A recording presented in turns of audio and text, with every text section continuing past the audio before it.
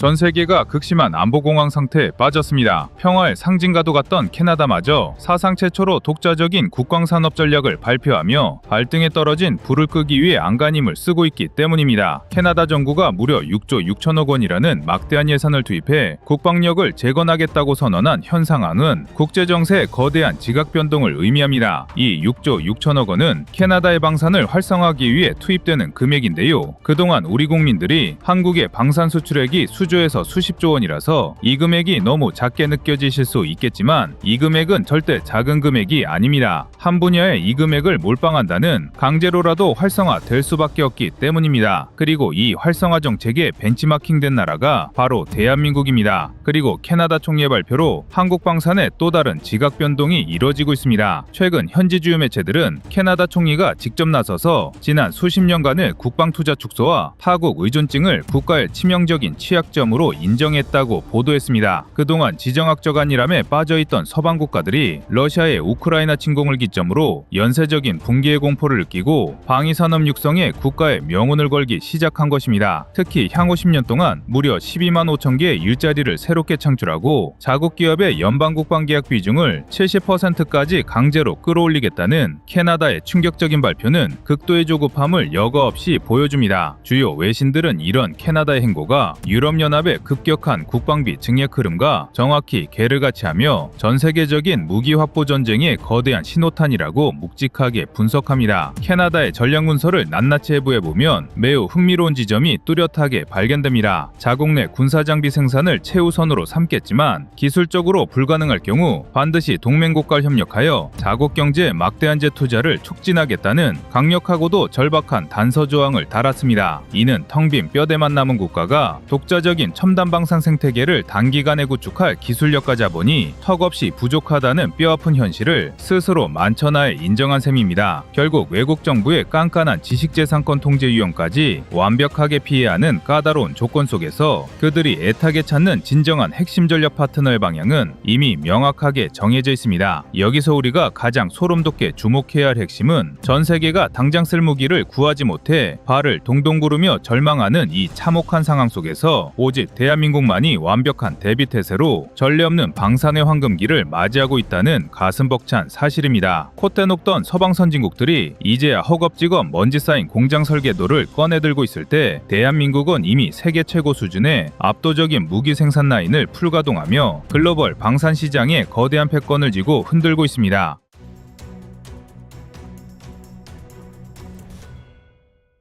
캐나다가 애타게 꿈꾸는 자국 중심의 방산 생태계 구축은 결코 백지 상태에서 기적처럼 이루어질 수 없습니다. 당장 최전선의 전차와 자주포부터 깊은 바다의 잠수함까지 모든 무기체계의 세대 교체가 시급한 상황에서 과거의 전통적인 방산 강국인 미국이나 독일을 맹목적으로 선택한다면 막대한 경제적 타격과 치명적인 시간 낭비를 잇게 됩니다. 현재 독일의 주력 무기 생산 라인은 밀려드는 글로벌 주문을 도저히 감당하지 못해 사실상 붕괴 직전이며 새로운 무기를 인도받기까지 최소 5년 이상의 끔찍한 대기 시간을 묵묵히 견뎌야만 합니다. 게다가 서방의 거대 방위산업체들은 가장 중요한 핵심 기술 이전과 현지 생산시설 구축에 극도로 폐쇄적이고 거만한 태도를 고수하며 철저하게 자국의 일자리와 자본의 이익만을 챙기는 이기적인 산업구조를 굳건히 가지고 있습니다. 반면 대한민국 방위산업이 전 세계에 자랑하는 새로운 비즈니스 모델은 철저하게 무기를 구매하는 수요국의 경제적 가려운 곳까지 완벽하게 긁어주는 맞춤형 상생 전략으로 글로벌 방산 생태계를 거침없이 장악하고 있습니다. 실제 글로벌 방산업계 최전선에서 은밀하고 치열하게 활동하는 최고위급 내부 관계자들 사이에서는 한국의 파격적인 제안서를 처음 받아본 해외 장성들이 입을 다무지 못하며 경악을 금치 못한다는 이야기가 파다하게 퍼져 있습니다. 우방국에게 가장 민감한 최첨단 핵심 기술을 과감하게 이전하고 수천억 원 규모의 대규모 현지 생산 공장을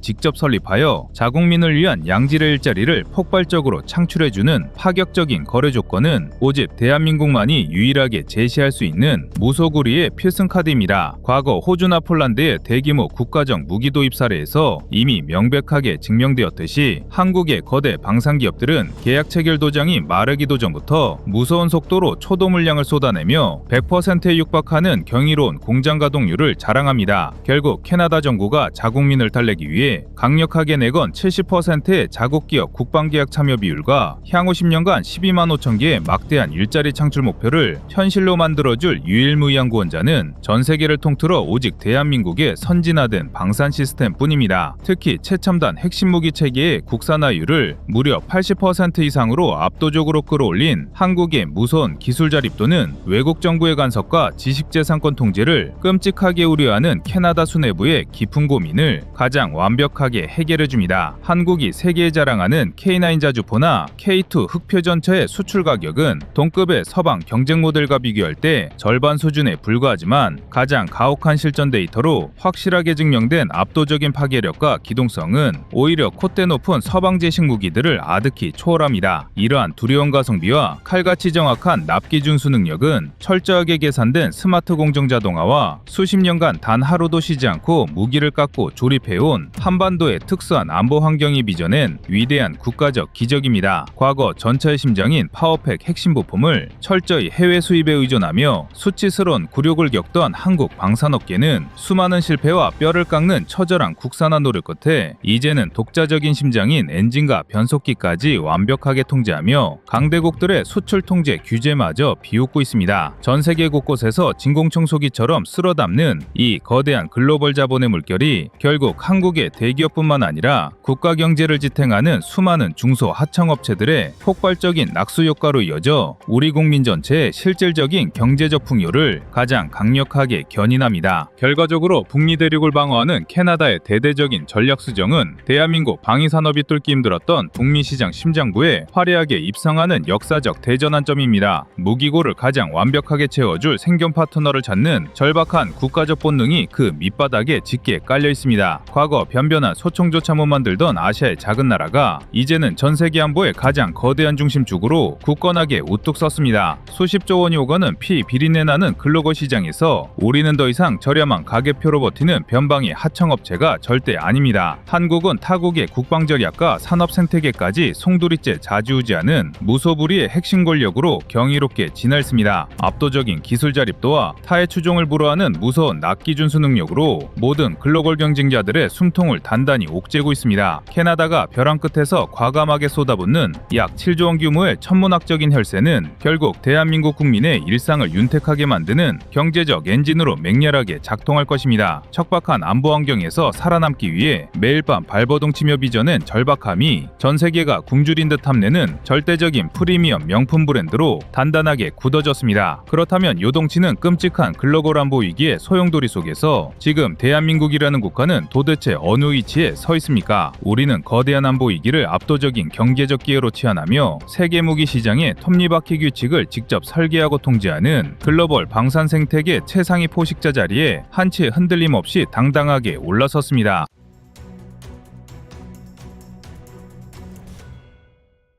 다음은 26년 1월 8일 K9의 지뢰살포 모듈 장착한다 영상입니다. 전쟁이 시작되면 전차부터 전장에 투입될 것이라고 생각하시는 분들이 아직 많습니다. 하지만 한국은 다르게 생각해왔습니다. 적 전차를 어떻게 부술지가 아니라 어디서 멈추게 만들 것인가를 먼저 계산해 왔습니다. 그래서 이제 한국이 가진 선택지는 분명합니다. 포를 올렸던 K9 차체 위에 전장을 통째로 잠그는 지뢰살포 전력을 얻는 구상입니다. 전차와 같은 기동력을 가진 플랫폼이 수십 분 만에 킬로미터의 진입로를 봉쇄합니다. 즉 전차가 오기도 전에 전쟁의 흐름을 끊겠다는 것입니다. 전쟁에서 가장 중요한 것은 공격도 아니고 방어도 아닙니다. 바로 전장을 구성할 시간 지배입니다. 우리 대한민국은 포병 강국을 넘어 이제는 미래전장 설계국으로 올라서고 있습니다. 그리고 전장의 시간 지배를 위해 K9 차체에 그 누구도 생각하지 못한 새로운 패러다임을 설계하고 있습니다. 요즘 해외 방산 전문 매체들을 정리해서 읽다 보면 폴란드라는 나라가 더 이상 동유럽의 전초기지로만 묘사되지 않는다는 점이 먼저 눈에 들어옵니다. 그도 그럴 것이 로이터와 디펜스 뉴스의 문장 구조가 바뀌었습니다. 전차 숫자나 포병 사거리보다 먼저 등장하는 건 시간과 지연 효과입니다. 러시아가 국경을 넘는 순간 폴란드가 몇 시간을 벌 수 있는가, 그리고 그 시간을 어떻게 설계했는가가 분석의 중심으로 올라옵니다. 이 흐름의 한가운데에서 조용히 반복 등장하는 플랫폼이 있습니다. 바로 한국의 K9 차체입니다. 폴란드가 선택한 무기는 신형 전차가 아니라 전차가 오기 전에 전장을 잠그는 방식이었습니다. 해외 기사들은 이를 방어무기라고 부르지 않습니다. 전장의 리듬을 바꾸는 수단이라고 표현합니다. 그중 우리 눈에 띄는 것이 바로 폴란드가 최근 공개한 궤도형 지뢰살포 전력입니다. 겉으로 보면 지뢰를 뿌리는 차량 하나가 추가된 것처럼 보이지만 외신들은 이 선택을 우크라이나 전쟁 5년차에서 도출된 계산의 결과로 해석합니다. 러시아군이 가장 두려워하는 건 화력 손실이 아니라 멈춰서는 순간이라는 점, 그리고 그 멈춤이 드론과 정밀 타격으로 이어진다는 점이 이미 전장에서 증명됐기 때문입니다. 실제로 서방 분석가들은 러시아 전차 손실의 상당 부분이 대전차 지뢰로 인한 정지 이후 발생했다고 평가합니다. 지뢰는 폭발력이 아니라 흐름을 끊는 무기로 다시 정의되고 있습니다.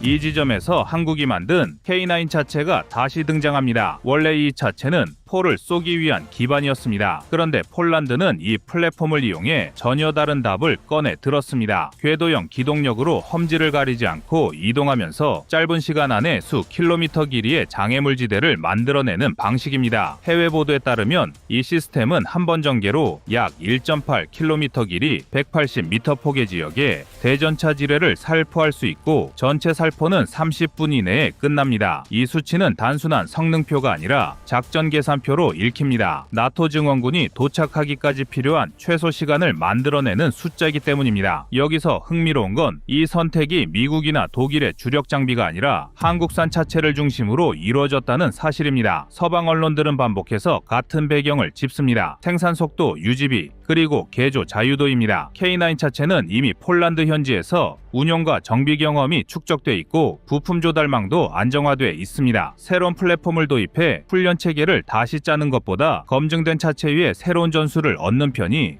훨씬 빠르다는 판단입니다. 이 계산은 방어 전략이 아니라 산업 전략의 결과이기도 합니다. 이 장면이 한국 시청자에게 낯설지 않은 이유는 분명합니다. 한국은 오랫동안 전쟁을 막는 시간을 계산해온 나라입니다. 포탄 숫자보다 동원 시간, 장비 성능보다 전개 속도를 먼저 따져온 군사 문화가 있습니다. 폴란드의 선택은 우연이 아니라 한국 방산이 쌓아온 전장 시간 관리 능력이 유럽의 현실과 맞닿은 결과로 읽힙니다. 전차가 오면 끝나는 게 아니라 전차가 오기 전에 판이 끝나게 만드는 구조. 해외 매체들이 지금 한국을 그렇게 부르고 있습니다. 이제 질문을 안쪽으로 밀어 넣어 보겠습니다. 왜 폴란드가 전차나 자주포보다 지뢰 살포 전력을 먼저 꺼냈는지, 이 선택이 누구에게 이익이고 누구에게 부담인지, 그리고 이 계산의 끝에서 한국은 어디에 서 있는지를 숫자와 구조로 풀어보겠습니다. 우선 전장 데이터부터 보셔야 합니다. 우크라이나 전쟁 4년차 이후 서방 군사 분석 보고서들에서 공통으로 지적되는 수치가 하나 있습니다. 러시아 전차 손실의 약 55에서 60%가 직접 타격이 아니라 정지 이후 파괴라는 점입니다. 즉 전차가 즉각 격파된 것이 아니라 대전차 지뢰나 장애물에 걸려 멈춘 뒤 드론과 포병, 유도무기에 노출돼 파괴됐다는 의미입니다. 여기서 핵심은 격파가 아니라 정지입니다. 전차가 멈추는 순간 전장의 주도권은 공격자에서 방어자로 넘어갑니다. 폴란드는 이 데이터를 그대로 받아들였습니다. 그래서 화력을 늘리는 대신 멈추는 지점을 늘리는 선택을 했습니다. 우크라이나 전선에서 확인된 또 하나의 숫자는 시간입니다. 러시아군이 지뢰지대를 돌파하는데 평균적으로 소요되는 시간은 최소 수시간에서 길게는 하루 이상입니다. 장애물 개척 전차 투입, 지뢰 제거 로켓 사용, 공병 전개까지 이어지는 과정에서 병력과 장비가 집중 노출됩니다. 이 시간 동안 방어 측은 드론 타격과 간접 화력으로 손실을 누적시킵니다. 폴란드가 계산한 건 이 시간입니다. 나토 증원 전력이 동부 국경에 도착하기까지 필요한 최소 지연 시간은 약 72시간으로 평가됩니다. 지뢰 살포 전력은 그 시간을 만들기 위한 가장 비용 대비 효율적인 수단입니다. 여기서 폴란드가 공개한 궤도형 지뢰 살포 차량의 정량적 재원을 보겠습니다. 이 시스템은 한 대가 최대 약 600발의 대전차 지뢰를 탑재합니다. 6개의 발사 모듈을 통해 지뢰를 살포하며 한 번 전개로 약 1.8km 길이 180m 폭의 장애물 지대를 형성합니다. 면적으로 환산하면 약 32만 제곱미터입니다. 이 작업에 걸리는 시간은 30분 이내로 알려져 있습니다. 중요한 건 이게 고정진지가 아니라 기동 플랫폼이라는 점입니다. 궤도형 차체 덕분에 도로가 아닌 농지, 숲, 진흙지대에서도 동일한 전개 속도를 유지할 수 있습니다. 이 지점에서 질문이 자연스럽게 이어집니다. 왜 굳이 궤도형이었을까? 기존의 트럭 기반 지뢰 살포 차량은 비용이 저렴하고 운용이 간단하지만 지형 제약이 큽니다. 바퀴식 플랫폼은 전쟁 초반 도로가 파괴되거나 폭격으로 훼손될 경우 접근 자체가 불가능해집니다. 반면 궤도형은 전차와 동일한 기동 경로를 따라갈 수 있습니다. 즉, 적 전차가 접근 가능한 모든 곳에 지뢰를 먼저 깔 수 있다는 의미입니다. 이 구조는 공격자 입장에서 악몽에 가깝습니다. 이제 두 번째 질문으로 넘어가 보겠습니다. 왜 폴란드는 독일이나 미국 플랫폼이 아니라 한국의 K9 차체를 기반으로 이 전력을 구성했을까요? 답은 산업과 숫자에 있습니다. K9 차체는 이미 폴란드에서 수백 대 규모로 운영 중입니다. 현지 조립과 정비 체계가 구축돼 있고 부품 공급망도 안정화돼 있습니다. 새로운 플랫폼을 도입할 경우 발생하는 초기 교육 비용과 정비 인프라 구축 비용이 사실상 제로에 가깝습니다. 방산업계 관계자들이 추산하는 바에 따르면 동일한 궤도형 플랫폼을 신규 도입할 경우 초기 운영 준비 비용만으로도 대당 수십억 원이 추가로 소요됩니다. 반면 K9 자체는 이미 검증된 내구성과 출력 여유를 갖고 있습니다. 기본 중량 약 47톤급 자체는 포탑 대신 지뢰 살포 모듈을 얹었을 때 구조적 여유가 충분합니다. 출력 대비 중량 비율도 궤도형 공병 장비로 전환하기에 적합한 수준입니다. 이 덕분에 폴란드는 차체를 바꾸지 않고 임무만 바꿨습니다. 이 선택은 군사적 결정이면서 동시에 예산 결정입니다. 알려진 계약 규모는 한화 약 3,500억에서 4,000억 사이로 추정됩니다. 이 금액으로 폴란드는 단순 장비가 아니라 국경 전체의 방어 리듬을 설계하는 수단을 얻었습니다. 이 선택에서 이익을 보는 쪽과 부담을 떠안는 쪽도 명확합니다. 폴란드는 상대적으로 낮은 비용으로 고강도 방어 능력을 확보합니다. 반면 러시아는 전차와 장갑차 운영 비용이 급격히 증가합니다. 지뢰지대를 돌파하기 위해 필요한 공병 장비, 폭파 장비, 그리고 이를 보호하기 위한 추가 병력까지 포함하면 공격 비용은 기하급수적으로 늘어납니다. 전차 한 대가 지뢰에 걸려 멈추는 순간 그 전차는 더 이상 100억 원짜리 무기가 아니라 100억 원짜리 표적이 됩니다. 여기서 세 번째 질문이 자연스럽게 나옵니다. 이 흐름이 한국에는 무엇을 의미하느냐는 겁니다. 결론부터 말씀드리면 한국은 전장을 잠그는 기술의 공급자로 자리 잡고 있습니다. K9 자체는 이제 자주포의 기반이 아니라 다목적 전장 플랫폼으로 인식되기 시작했습니다. 탄약 운반, 지휘 통제, 공병, 그리고 지뢰 살포까지 확장되고 있습니다. 이 구조는 단순 수출이 아니라 파생 수출을 만들어냅니다. 차체 하나가 여러 전력으로 분화되면서 유지비, 개조, 업그레이드 시장이 함께 열립니다. 더 중요한 건 이 선택이 한국군에도 던지는 질문입니다. 한국군 역시 트럭 기반 지뢰 살포 체계를 운용하고 있지만 기동성과 생존성 측면에서는 한계가 분명합니다. 주한미군이 운용 중인 공중 살포 체계와 결합할 경우 궤도형 지뢰 살포 전력은 한반도 방어 개념에서도 충분히 활용 가치가 있습니다. 특히 지형이 복잡하고 접근로가 제한된 지역에서는 짧은 시간에 장애물 지대를 형성하는 능력이 결정적 변수가 됩니다. 이 모든 흐름을 종합하면 폴란드의 선택은 방어 무기 강화가 아니라 전쟁 비용 구조를 바꾸는 결정입니다. 그리고 그 중심에 한국의 플랫폼이 있습니다. 전차가 오면 끝나는 전쟁이 아니라 전차가 오기 전에 계산이 끝나버리는 전쟁. 이 계산법을 가장 현실적으로 제공하는 나라 중 하나가 지금의 한국입니다. 이는 그동안의 실전 데이터와 숫자 그리고 구조가 증명하고 있습니다.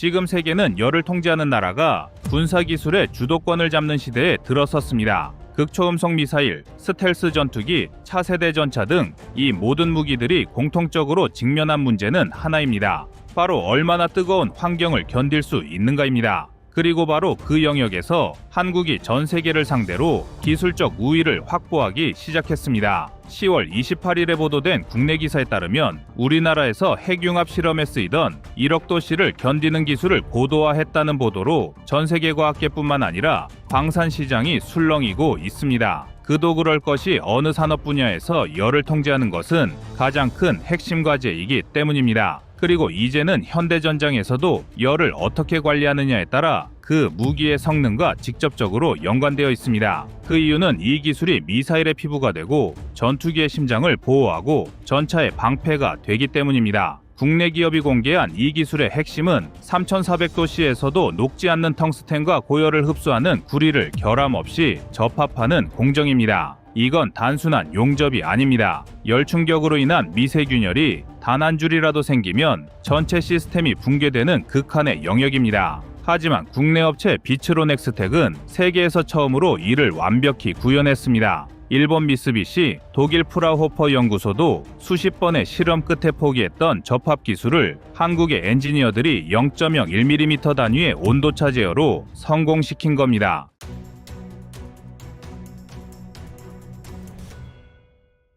지금 우리가 주목해야 할 건 단순한 연구 결과가 아닙니다. 초고온을 다루는 능력이 곧 전투력의 한 축으로 연결될 수 있다는 점입니다. 핵융합 실험 장치에서 필요로 하는 기술은 수천만 도의 플라즈마와 직접 맞닿는 내벽을 설계 및 제작하고 메가와트 퍼 제곱미터 단위의 열하중을 제어하는 노하우는 그 물리적 속성 때문에 결국 항공, 미사일, 지상 장비의 내열 설계와 자연스럽게 접목됩니다. K스타에서 최근 시험 중인 텅스텐 기반 디버터는 바로 그런 현장성을 보여주는 사례입니다. 토카막 내벽의 일부를 탄소계에서 텅스텐계로 바꾸면서 장시간 고온 운영을 목표로 하는 실험들이 진행되고 있습니다. 핵심은 다음과 같습니다. 첫째, 초고온 환경에서 부품의 열 피로와 재료 변형을 장기간 억제하는 구조 설계와 접합 기술. 둘째, 표면에서 발생하는 입자 스퍼터링과 불순물 유입을 최소화하는 표면공학. 셋째, 막대한 열 에너지를 효과적으로 빼앗아가는 냉각 및 열교환 시스템입니다. ITR이나 K스타 같은 장치에서는 디버터 표면에 작용하는 열하중 20에서 20메가와트 퍼 제곱미터에 달할 수 있다고 설명합니다.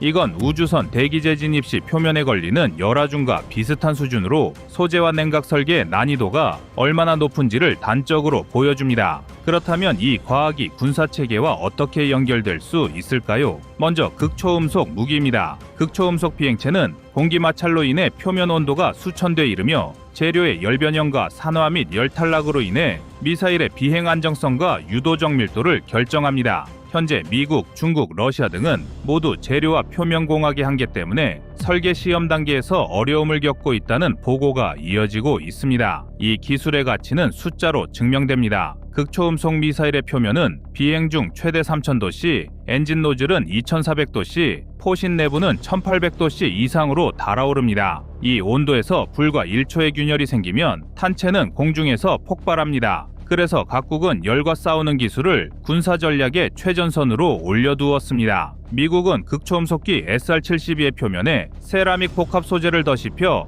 마하-6 비행을 시도했지만 표면의 일부가 찢겨나가며 실패했습니다. 러시아의 아방가르드는 마하-20을 돌파했지만 생산된 부품의 30%가 고온피로 시험에서 탈락했습니다. 중국 역시 DFZF의 외피 소재 균열 문제를 해결하지 못해 실전 배치 속도가 늦춰졌습니다. 속도는 냉정하게 말해 더 이상 기술의 핵심이 아닙니다. 이제는 버티는 능력이 기술의 생명입니다. 바로 그 지점에서 한국의 기술이 눈에 띄기 시작했습니다.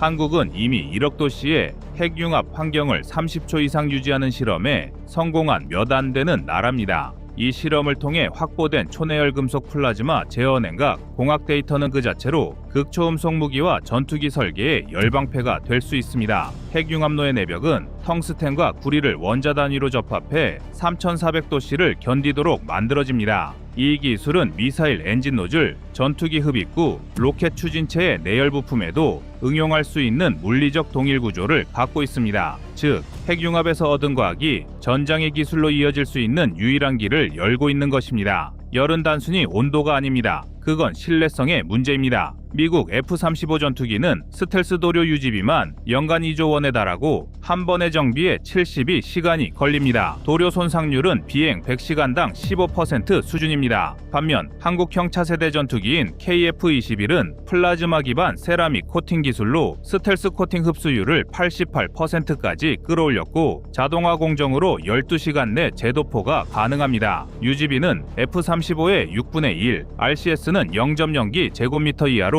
미 공군의 주력기보다 낮습니다. 이건 단순한 기술의 차이가 아니라 운용 효율의 전쟁에서 승리했다는 뜻입니다. 지상 전력도 마찬가지입니다. 유럽의 레오파르트2 A8 전차는 400발 이상을 발사하면 포열이 마모되기 시작하지만 한국의 K2 흑표 전차는 플라즈마 열분사 코팅을 통해 내마모성과 내열성을 2.3배 강화했습니다. 포열 팽창률은 0.001% 미만으로 유지되어 명중률 저하가 거의 없습니다. 미국이 HVUF인 고속가스 열분사 방식을 유지하는 동안 한국은 초미세 입자 플라즈마 코팅으로 입자 결합력과 표면 평탄도를 개선하며 세계 최고 수준의 포강 신뢰성을 확보했습니다. 정확히 쏘는 전차가 아니라 끝까지 똑같이 쏘는 전차가 된 것입니다. 바닷속에서도 한국 기술의 가능성은 커집니다. 차세대 장보고3 배치2 잠수함은 전자장비 냉각에 고효율 열교환 시스템을 도입해 에너지 효율을 35% 향상시켰습니다. 냉각 모듈 부피는 기존 대비 3분의 1로 줄었고 작전 시간은 20% 늘었습니다. 독일의 ELCD급이나 일본의 소류급보다 높은 에너지 효율을 기록한 셈입니다. 이는 단순한 성능 향상이 아니라 수중 체류 시간과 전투 지속성을 좌우하는 전략적 진화입니다. 이 모든 기술적 흐름은 하나의 방향으로 수렴합니다. 전 세계가 속도의 시대를 지나 내열의 시대로 들어가고 있다는 것입니다. 러시아는 마하 20을 자랑했지만 그 온도를 제어하지 못했고 미국은 마하 8에 도달했지만 엔진 노즐을 유지하지 못했습니다. 그러나 한국은 이미 1억 도씨의 플라즈마를 제어하고 냉각하며 안정화할 수 있는 능력을 갖추었습니다. 이 기술이 상용화되면 제트 엔진과 스크램제트 및 로켓 엔진의 고온 부분에 사용이 가능해집니다. 여기에는 노즐, 열차 패층, 흡입구 같은 소재의 내열성과 열전달 관리 능력에 따라 수명과 신뢰성이 좌우됩니다. 핵융합 장치에서 개발되는 고열, 고진공, 고방사능 환경용 소재와 내부 냉각 채널 설계 원리는 본질적으로 엔진 내열부 설계의 문제와 동일한 물리적 조건을 다룹니다. 따라서 핵융합, 플라즈마 장치에서 얻은 열관리 설계, 접합, 냉각의 정량적 데이터는 항공우주 엔지니어링으로 이전될 여지가 큽니다. ITER K-스타의 PFC 연구가 바로 그런 데이터베이스를 확장하고 있다는 점은 중요한 신호입니다. 하지만 현실적으로 기술이 방산에 파급되기 위해서는 몇 가지 선결 조건이 필요합니다. 첫째, 반복성이 있는 공정 신뢰성 확보로 연속적으로 동일한 품질을 내는 생산 수율이 확보돼야 합니다. 둘째, 시험평가에 군표준 충족돼 우리 군이 원하는 충격과 진동, 부식 등 군용 환경 시험을 통과해야 하며 장기간 신뢰성 데이터가 축적되어야 합니다. 마지막으로 셋째는 체계 통합의 검증 단계일 것인데요. 단일 부품의 성능이 체계 전체의 작전 능력으로 이어지는지 인터페이스와 유지 관리 관점에서 실효성을 갖추어야 합니다. 이 세 가지는 모두 기술이 랩 실험에서 전장 장비로 이행할 때 거쳐야 할 당연하고 필연적인 관문입니다. 하지만 그럼에도 불구하고 우리가 주목해야 할 이유는 명확합니다. 핵융합, 플라즈마 영역에서 얻어진 정량적 물성치는 단순한 학술 데이터가 아니란 것입니다. 이 값들이 쌓여서야만 설계자는 신뢰성 높은 엔지니어링 결정을 내릴 수 있습니다. K-스타와 ITER 관련 연구가 제공하는 실험 데이터는 바로 그런 설계용 실측값을 확대하고 있으며 이 데이터 축적은 결국 무기체계의 설계 수용 한계를 바꾸는 동력이 됩니다.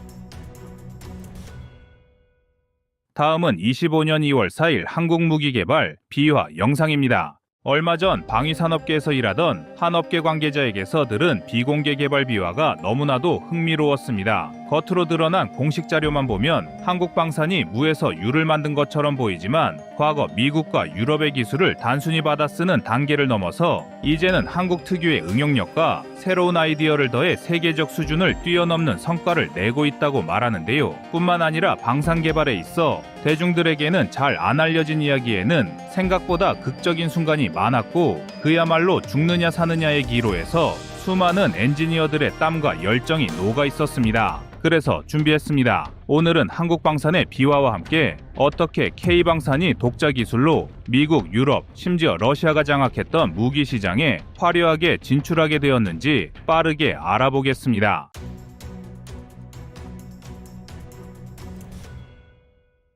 먼저 자주포 이야기부터 시작해 보겠습니다. 1970, 80년대에 미국이 제공한 M1 자주포 기술로 시작됩니다. 이른바 M109 계열로부터 시작해 한국은 단순 카피에 그치지 않고 K55 자주포를 개발했습니다. 당시 국내 자주포 수요는 약 1040문 수준이었지만 K55는 국내 배치로 끝나지 않고 점차 개량을 거쳐 대량 양산 체계까지 확립했습니다. 게다가 이걸 발판으로 차세대 자주포 사업에 뛰어들면서 나온 결과물이 바로 K9 썬더입니다. 그럼 해외에 수출된 K9 자주포 수출 계약부터 알아볼까요? 2001년 터키티로 프리트나 라이선스 생산 계약을 통해 약 450문 규모가 수출됐고 2017년 핀란드가 48문을 도입했습니다. 2017에서 2022년 노르웨이, 에스토니아, 호주, 폴란드 등 연이어 계약 체결하면서 K9 자주포는 현재까지 해외 총 800문 이상 수출 실적을 달성했습니다. 이처럼 K9의 존재감은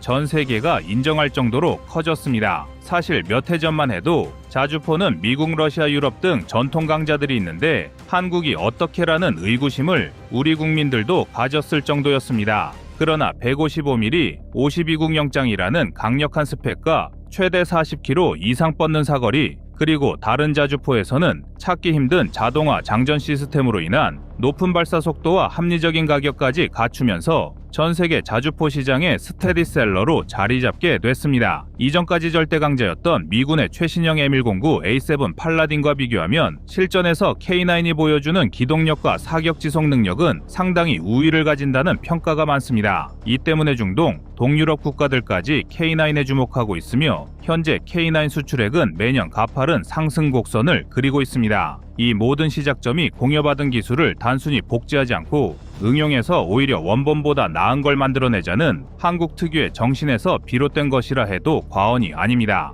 이번에는 전차 이야기를 해볼 차례입니다. 한국의 첫 국산 전차라 할 수 있는 K1은 사실상 미군의 M1 에이브람스를 기반으로 해서 미니 에이브람스라는 별명이 있습니다. 당시 약 1027대가 양산되어 1990년대 후반까지 주력 전차로 자리 잡았습니다. 그런데 한국이 여기에 또 마개조를 걸어버립니다. 105mm 강선포를 탑재했던 K1을 업그레이드해 120mm 활강포를 단 K1A1을 개발한 것입니다. 이 때문에 사람들은 이제야 한국이 독일, 미국 전차 레벨을 따라잡는다고 인식하였습니다. 그런데 여기서 끝났으면 한국 방산 이야기가 이렇게 재밌어지지는 않았을 겁니다. K1 전차의 성공에 힘입은 한국은 K1A1에서 더 나아가 아예 독자적인 차세대 전차를 만들어보자는 시도가 이어졌고 그것이 바로 대망의 K2 흑표입니다. 이때 가장 놀라운 부분이 전차 포신입니다. 120mm 55국 영장이라는 초장포를 독자 개발에 달아버린 것인데요. 포 길이가 길어질수록 발사 에너지는 더 커지고 당연히 관통력도 상승하지만 그만큼 포신 강도와 반동 제어 기술은 비약적으로 어려워집니다. 그리고 탄약 개발까지 고려해야 하기 때문에 기술적 난제가 산더미처럼 쌓입니다.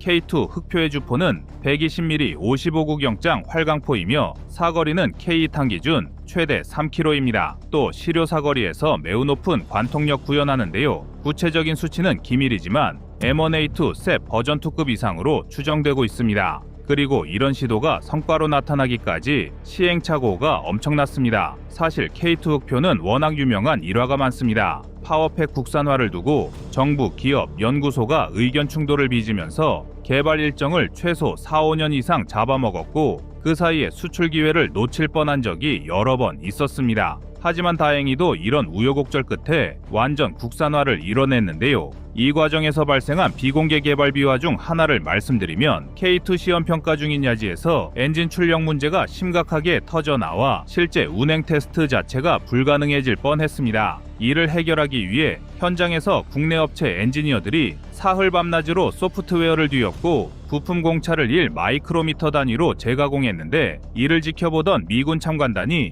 옛날 미군이 F-16 초창기 때 일했다며 한국이 조만간 기술 강국으로 우뚝 설 것이라고 놀라워했습니다. 또한 저런 열정과 집요함이 한국 방산의 원동력이라는 말도 덧붙였다고 합니다.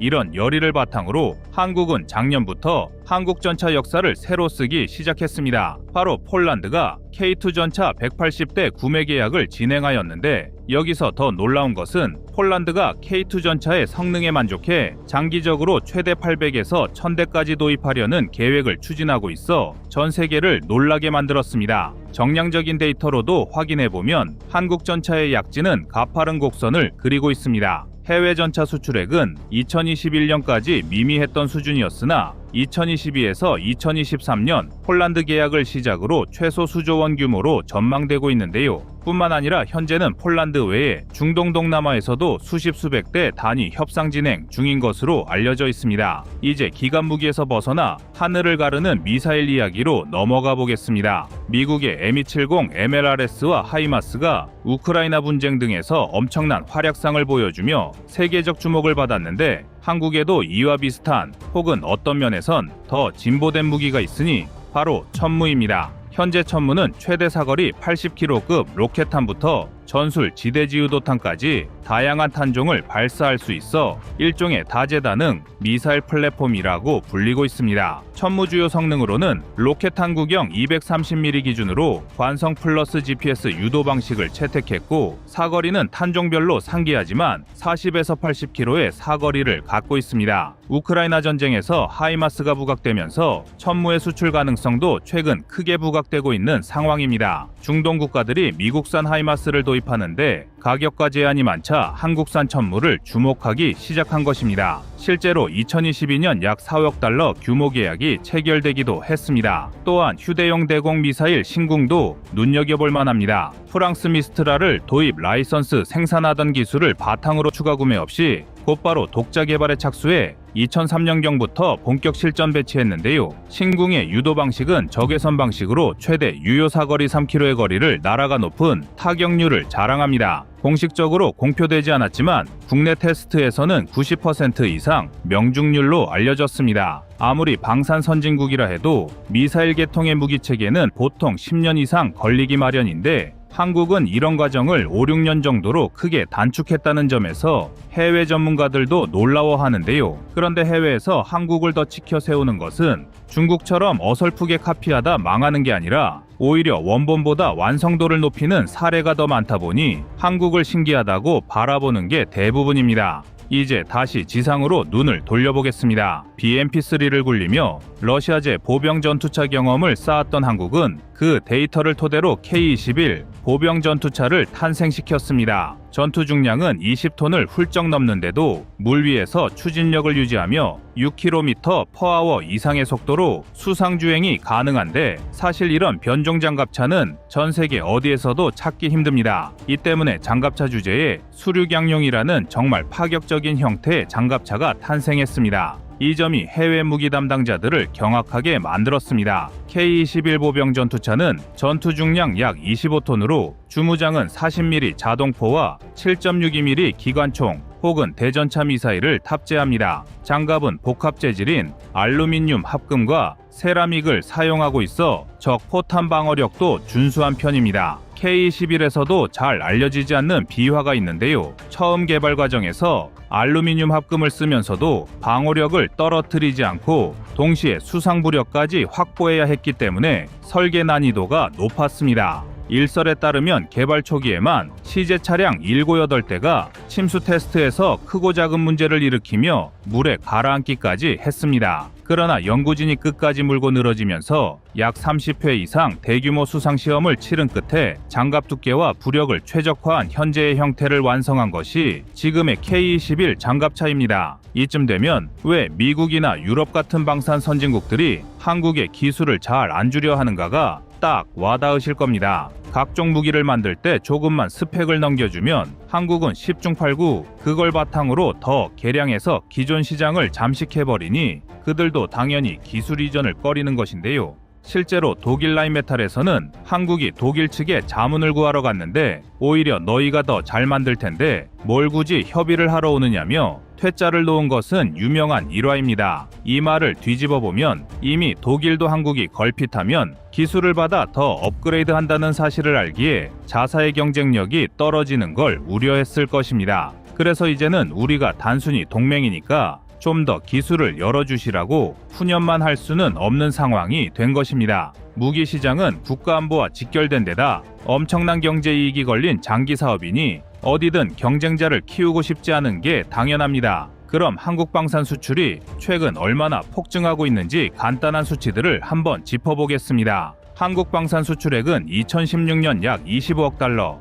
2019년 약 35억 달러, 2021년 약 73억 달러, 2022년 100억 달러를 돌파했습니다. 이에 따라 글로벌 순위도 수직 상승하고 있습니다. 스톡홀름 국제평화연구소 SIPRI 통계에 따르면 2022년 기준 한국은 글로벌 방산 수출 순위에서 8위로 올라왔는데요. 특히 2021에서 2022년의 상승폭은 전 세계에서 가장 가파른 국가로 이름을 올렸습니다. 그럼 우리의 향후 방산 전망은 어떠할까요? 한국은 2027년까지 매년 10% 이상 증가 가능할 것이라고 국제무기시장 전문기관이 예측하고 있습니다. 또한 K9, K2, FA50, KF21 등 추가 대규모 계약이 이어질 경우 글로벌 5위권도 노려볼 만하다는 평가입니다. 이는 단순히 무기를 잘 만든다는 것을 넘어서 한국 방산이 이제 세계 안보 지형에서 중요한 플레이어로 자리 잡아가고 있음을 보여주는 지표입니다. 정리해보면 한국 방산은 단순히 다른 나라의 기술을 받아서 조립 생산한다는 단계를 훌쩍 뛰어넘었습니다. 미국이 제공한 M1 기반 자주포 기술을 이용해 KO-15를 만들고 그 다음에는 독자 발전형 K9으로 세계 시장을 석권했듯이 전차, 장갑차, 미사일, 전투기에 이르기까지 받은 기술에 멈추지 않고 더 나은 기술로 확장해가고 있습니다. 한국인 특유의 응용력이 핵심이라 할 수 있는데요. 이런 발전 속도는 세계가 인정할 수밖에 없고 그 결과 각종 수치가 뒷받침하듯 K방산의 글로벌 위상은 나날이 높아지고 있습니다.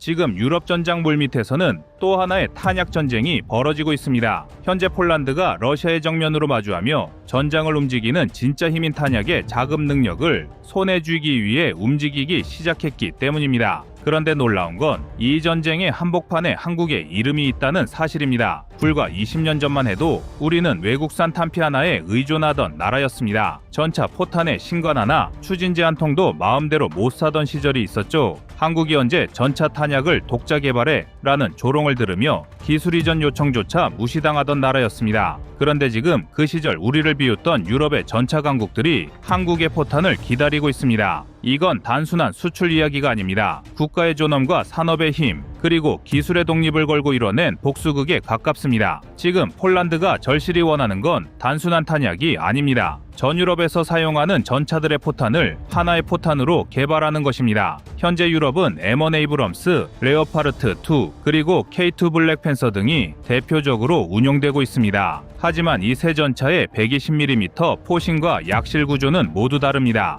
그런데 폴란드는 이 모든 전차에서 하나의 탄약을 쓰길 원합니다. 세 나라의 기술이 얽혀 있는 이 복잡한 체계 속에서 한국이 그 중심을 잡고 통합 탄약 개발에 도전하고 있다는 사실입니다. 독일제 엘사14, 미국제 M256, 한국제 CN08 같이 각기 다른 세 종류의 포가 모두 다른 압력과 길이, 신관, 규격을 가집니다. 그럼에도 한국은 이미 자국 기술로 이 문제를 풀어내고 있습니다. 쉽게 말해 새로운 K2 전차용 포탄을 개발해 세계 최강이라고 꼽히는 전차들이 공용으로 모두 사용할 수 있는 불가능을 가능케 하고 있다는 뜻입니다.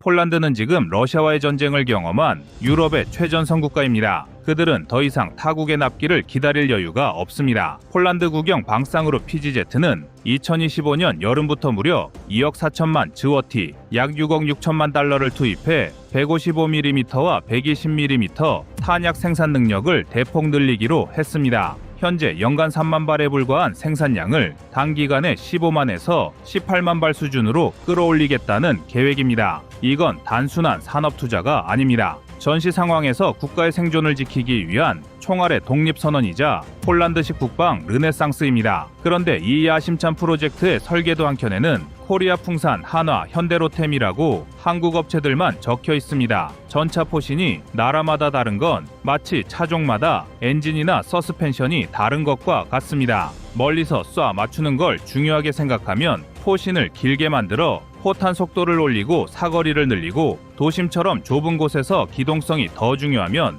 포신을 짧게 설계합니다. 차체와 엔진 성능도 영향을 줍니다. 반동을 잘 견딜 수 있는 무거운 차체는 긴 포신을 달아도 괜찮지만 가벼운 차체엔 부담이 크죠. 그래서 전체에 어떤 자동 장전 장치를 쓸지 사람이 장전할지에 따라서도 포신과 탄약의 형태가 달라져 설계가 달라집니다. 또 한 가지는 각 나라의 역사와 관습입니다. 예전에 어떤 나라에서 들여온 설계나 쓰던 탄약 규격이 그대로 이어지면 호환성을 맞추기 어렵습니다. 그래서 같은 120mm라도 엘사14와 에로12처럼 길이와 구조가 다르고 결과적으로 같은 120mm 포신이라고 할지라도 서로 호환되지 않는 겁니다. 그런데 한국이 이것을 아주 빠른 단기간에 성공시키려 합니다. 그렇다면 모두가 불가능이라고 생각했음에도 불구하고 이것이 왜 가능할까요? 한국은 이미 K2 원장갑차에서 전자식 신관과 자동 장익기를 운용해본 경험이 있습니다. 그 기술은 더 이상 미지의 영역이 아닙니다. 이제 남은 건 그것을 120mm 전차탄으로 확장하는 일뿐입니다. 전자식 시한신관, 비접촉식 신관 장익기, 그리고 공중폭발 모드 등 미국의 AMP탄과 동일한 기능을 가진 새로운 전차탄을 개발할 수 있는 기술적 기반이 이미 한국에 있습니다. 그리고 폴란드는 그 사실을 알고 있습니다. 풍사는 이미 현대로템에 대국경 전차탄 8,298억 원 규모의 납품 계약을 체결했고 이 물량은 폴란드 향일 가능성이 높다는 분석이 잇따르고 있습니다.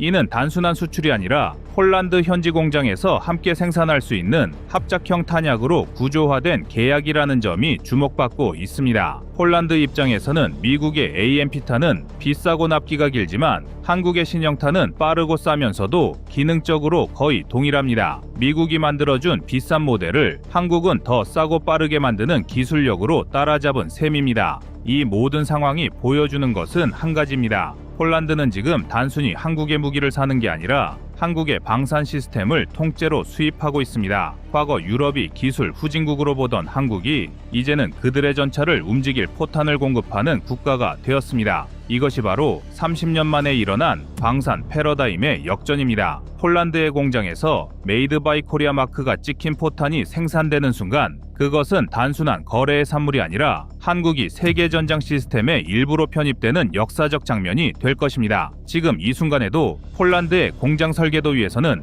풍산의 기술진이 개발한 신형전자 신관의 설계가 맞춰지고 있을지도 모릅니다. 그리고 그것은 단지 폴란드의 탄약이 아니라 K-디펜스가 유럽 중심으로 뻗어나가는 또 하나의 증거가 될 것입니다. 이걸 누가 상상이나 했겠습니까? 20년 전 남이 주는 기술에 의존하던 한국이 이제 유럽 전장을 움직이는 포탄을 설계하고 있다는 사실을 말이죠. 이것이 바로 한국형 방산 르네상스의 현실입니다. 먼저 기술적으로 왜 이 일이 그렇게 어려운지부터 차근차근 말씀드리겠습니다. 120mm급 전차탄을 폴란드식으로 범용화한다는 것은 불꽃이나 철심 몇 개 바꿔 끼우는 단순한 작업이 아닙니다. 핵심은 신관 인터페이스의 전자적 표준화이며 여기에 포신 길이와 약실 압력 차이를 흡수할 수 있는 내부 발사체 설계의 모듈화, 그리고 대량 생산이 가능한 공정 설계가 반드시 따라와야 합니다. 전자신관은 이제 탄약을 똑똑하게 만드는 관문이 되었고, 만약 비접촉식 신관 장입기와의 통신 규격을 맞추지 못하면 공중 폭발이나 지형 관통 같은 복합 기능은 애초에 쓸모가 없어집니다. 그래서 실무에서는 이미 검증된 K21급 소형 체계의 전자 펌웨어를 120mm 규격으로 확장하는 작업부터 착수해야 하고, 신관과 장입기 사이에 물리적, 전기적 프로토콜 호환을 먼저 확보하는 것이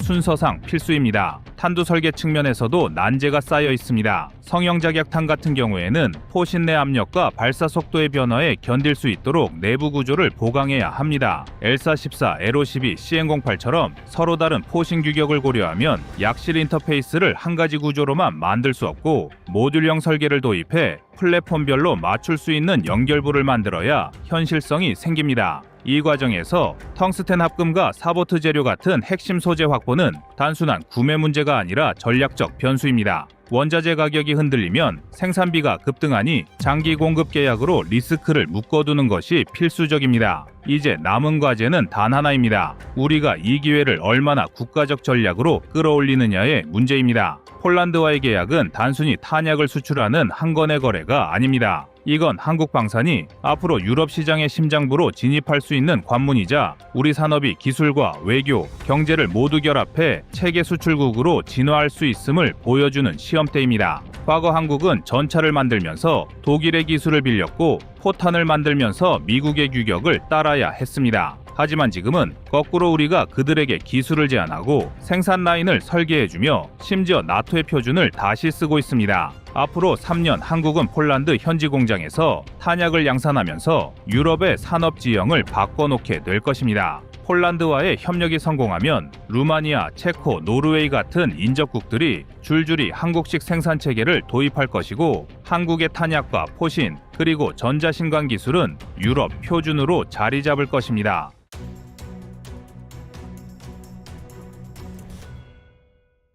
다음은 25년 3월 16일 한국형 대전차 미사일 영상입니다. 이제 현대전장에서 대전차 미사일은 없어서는 안 될 필수적인 존재입니다. 과거 전차 앞에서 무력했던 보병이 적 전차의 위협에 맞설 수 있게 된 것에는 대전차 미사일의 영향이 매우 컸는데요. 이를 방증하듯 전 세계의 대전차 미사일 시장은 매년 연평균 성장률이 4.7%를 넘어가고 있으며 2030년에는 54억 달러 이상의 시장을 형성할 전망입니다. 그래서 준비했습니다. 오늘은 많은 분의 요청대로 한국형 대전차 미사일의 위력과 특징, 수출 성과에 대한 정보를 하나의 영상에 담았습니다.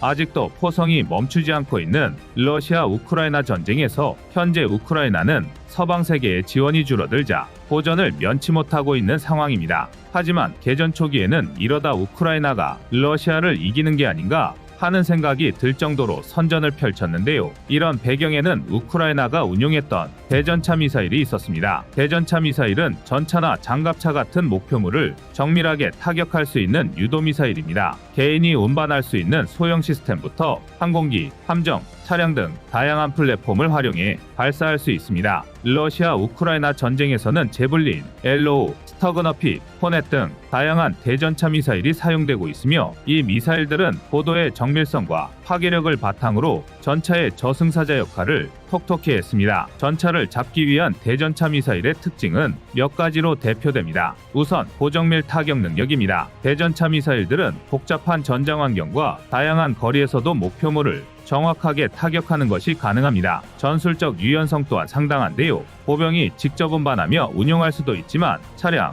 항공기 등의 시스템에 탑재해 발사하면 기동성과 운용병력의 생존성이 증가하면서 그 효과는 더욱 커집니다. 심리적인 효과도 대단합니다. 대전차 미사일에 아군의 전차나 장갑차가 파괴되는 일이 속출하면 당하는 입장에서는 작전의 실행력에 상당한 제동이 걸릴 수밖에 없습니다. 무엇보다 부각되는 것은 대전차 미사일이 무려 비대칭 전력으로도 분류될 수 있다는 것입니다. 전체적인 군사력에서 러시아와 우크라이나는 비교 자체가 불가능할 정도로 러시아가 우세합니다. 그러나 러시아의 기갑 전력에 상당한 손실을 입히고 저지함으로써 대전차 미사일이 비대칭 전력에 균형을 맞추는데 중요한 역할을 하며 상대적으로 적은 비용으로 고가의 적장비를 파괴하는 효과적인 수단임이 여실히 증명됐습니다. 하지만 대전차 미사일이라고 해서 모두 비슷한 시스템을 가진 것은 아닙니다. 유도 방식에 따라 성능이나 파괴력에서 차이가 발생할 수 있는데요. 1세대 대전차 미사일은 사수가 수동으로 방향을 조작하는 시선 유도 방식이었습니다. 이후 등장한 것은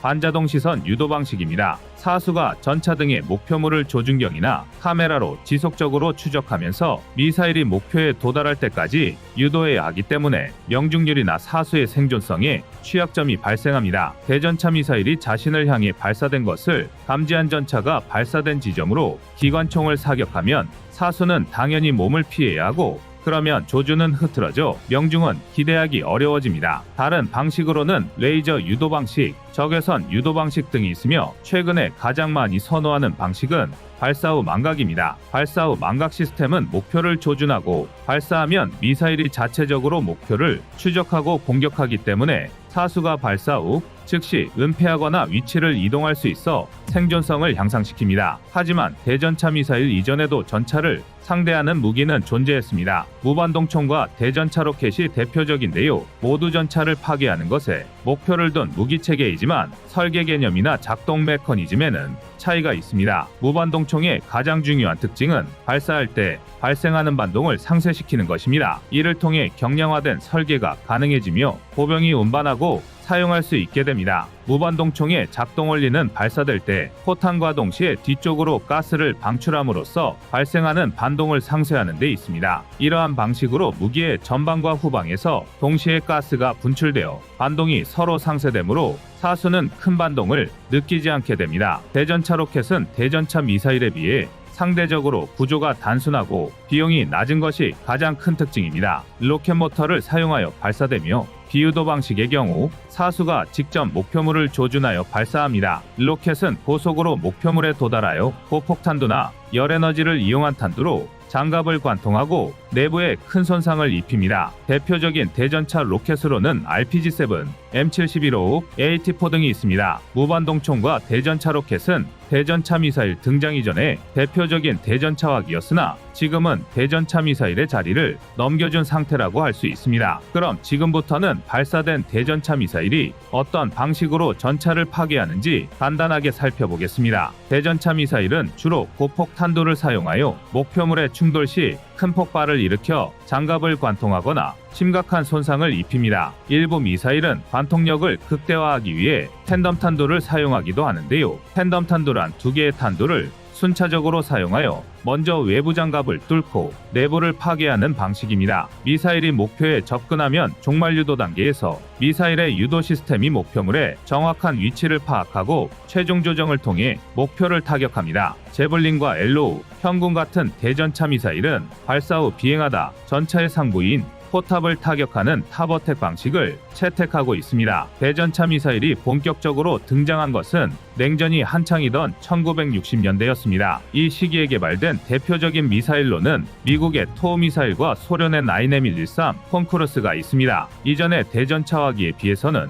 획기적으로 발전하긴 했으나 반자동 시선 유도 방식이 주를 이뤄 명중률과 사수의 생존성 확보에 한계도 존재했습니다. 1990년대 이후 대전차 미사일은 더욱 고도화되고 다양화되어 제블린이나 현궁 같은 3세대 대전차 미사일이 등장해 활약을 펼치는 중입니다. 대전차 미사일을 전투에서 운용하는 방식도 다양한데요. 여러 대전차 미사일 발사대를 사용하여 특정 목표나 적의 주요 기갑부대에 대한 집중 공격을 수행하기도 하고, 대전차 미사일을 포함한 대전차화기를 전략적으로 배치하여 강력한 방어선을 구축하기도 합니다. 러시아 우크라이나 전쟁에서 우크라이나군이 택한 것은 게릴라 전술이었습니다. 우크라이나군은 개전 초기에 전국 각지에 도로 이정표를 제거해 러시아군에게 혼란을 야기시켰고, 교차로나 갈림길에서 러시아군 전차가 우왕좌왕하고 있으면 매복하고 있던 우크라이나군이 기습적으로 대전차 미사일을 발사한 후 후퇴하는 전술을 주로 사용했습니다. 대전차화기도 상황에 따라 유연하게 사용했습니다. 근거리에서는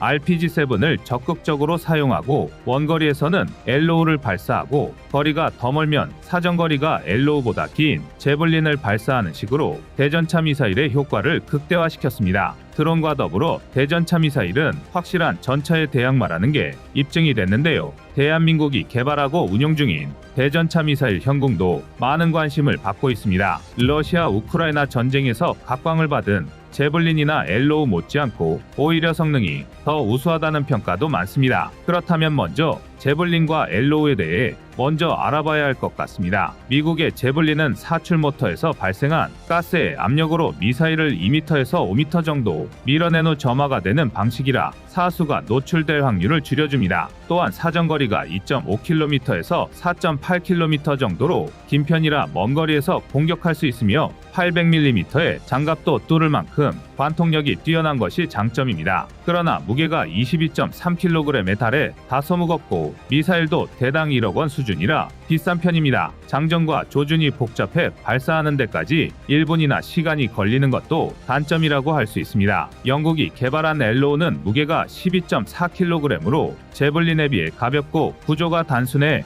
조준과 장전을 빠르게 할 수 있는 것이 장점입니다. 미사일의 가격도 한 발당 3,200만 원 정도라 제블린 미사일에 비해서는 훨씬 저렴합니다. 또한 폴드런치 방식을 적용해 실내에서도 발사가 가능하다는 점과 탑어택 방식이라는 것이 장점이라고 할 수 있습니다. 그러나 최대 사거리가 800m에 불과해 목숨을 걸고 적전차의 지근거리까지 접근해 발사해야 합니다. 대한민국의 대전차 미사일 현궁은 길이는 약 1.5m이고 무게는 미사일 중량 13kg 정도이지만 발사관 전체 중량은 동급의 대전차 미사일보다 약 5kg 정도 가볍습니다. 사정거리는 2.5km에서 3km에 달하며 900mm 정도의 장갑을 뚫을 수 있는 관통력을 가지고 있습니다. 제블린처럼 탑어택 방식을 채용하고 있고 사출 모터로 미사일이 발사관을 빠져나오기 때문에 화염과 후폭풍이 거의 없어 사수를 보호합니다. 발사 전 전차의 연령상을 탐지해 발사하면 사수의 조작 없이 날아가